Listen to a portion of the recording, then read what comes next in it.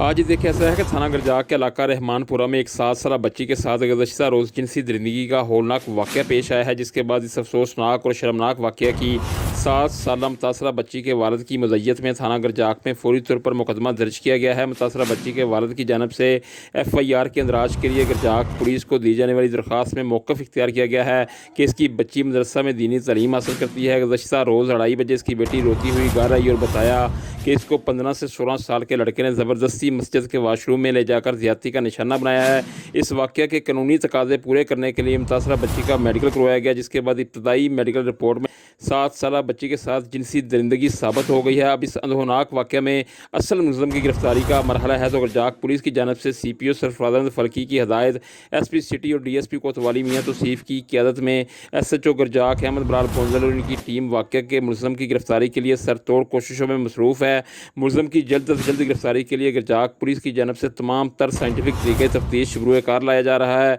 और अब तक पुलिस 100 के करीब मशकूक अफराद को हिरासत में लेकर मुतासरा बच्ची से शनाख्त करवा चुकी है। ताहम ताहाल बच्ची ने किसी को शनाख्त नहीं किया। अब गरजाक पुलिस ने मुलज़म की गिरफ्तारी के लिए घर घर ऑपरेशन का आगाज़ किया है और पुलिस के मुताबिक 35, 15 से 16 साल के लड़कों को हिरासत में लेकर इनके DNA टेस्ट करवाए जा रहे हैं। जल्द इस शर्मनाक वाक़े के असल मुलज़म को गिरफ्तार कर लिया जाएगा और इसके खिलाफ कानून के मुताबिक सख्त कार्रवाई अमल में लाई जाएगी।